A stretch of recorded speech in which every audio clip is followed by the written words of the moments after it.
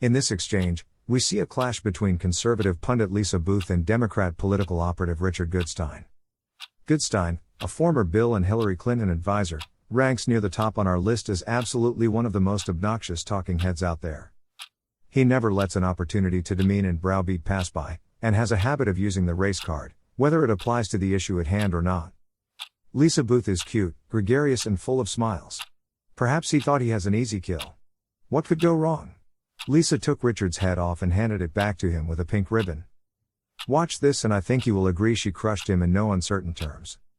This is a well-deserved trip to the woodshed for Richard Goldstein. Okay, so joining me now, Fox News contributor Lisa Boothe and Richard Goodstein, Democratic strategist and former advisor to the Bill and Hillary Clinton presidential campaigns. Welcome to both of you. Good to have you here. I just want to give everybody a look at what hi there, what this might look and feel like. There in the Wisconsin governor's race, they employed this mute button, and here's what it looked like. Of the programs, and as far as the technical colleges go, the reality is we saved the technical colleges, their schools, Governor our local Walker, governments more than $3 billion, and that's money they used to. Ms. Burke? Ms. Burke, your rebuttal.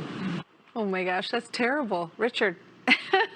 that would be hopefully terrible. You don't have to use it on us. Yeah, I'd be like, because your voice kind of fades off, and Richard, what do you think?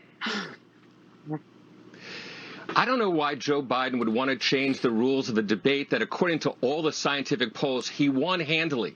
CNBC showed and CNN basically 60 to 30, according to the people who watched the debate.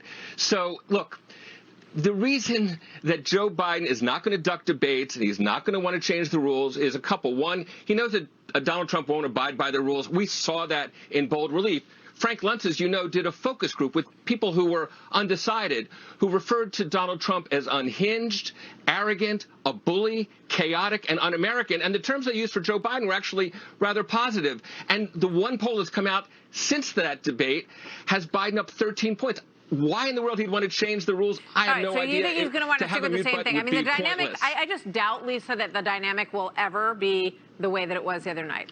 I think that both sides know that they made mistakes. Joe Biden, leveled names at the president of the United States that should never be leveled. The president was, by most accounts, overly aggressive and not always effective in landing some of those punches.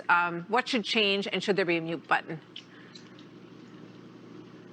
No, absolutely not. And I think if the Biden campaign, if they were so confident in their candidate's abilities and what he did the other night, why would they want a mute button? They would want things to go on as is. But this is what Democrats do. It should be no surprise to anyone at home. This is what Democrats do.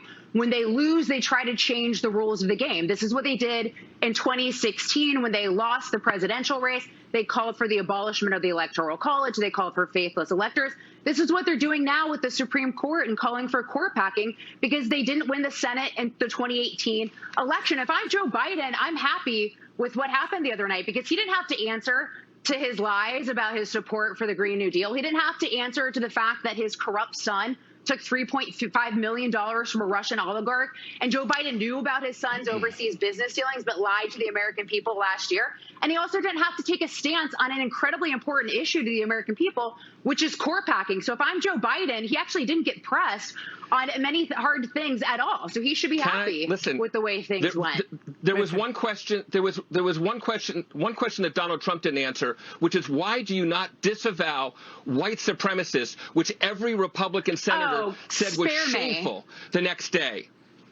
Lisa? Why? Because, listen, and there's a reason. Excuse me. There's a reason he won't disavow them. Hold on, Lisa. Hold on. I didn't interrupt you. The reason he won't disavow white supremacists, he got 46% of the vote in 2016.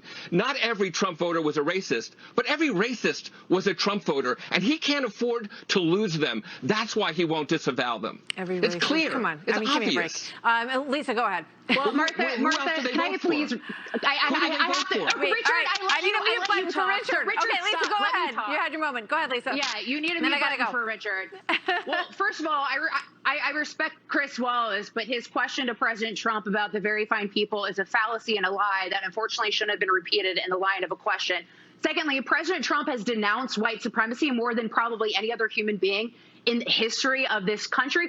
Further, only one candidate in this race palled around with segregationists, eulogized a KKK recruiter, and also said that he didn't want his kids to go to a racial jungle due to immigration. Only one candidate in the race has that history. So please spare me, Richard, with your lies. All right, guys, we need a mute button for my debate here. We would never mute either one of you. We would never mute you, Richard, and we would never mute you, Lisa. And that's why we have you here. Thank you so much. Good to see you both tonight.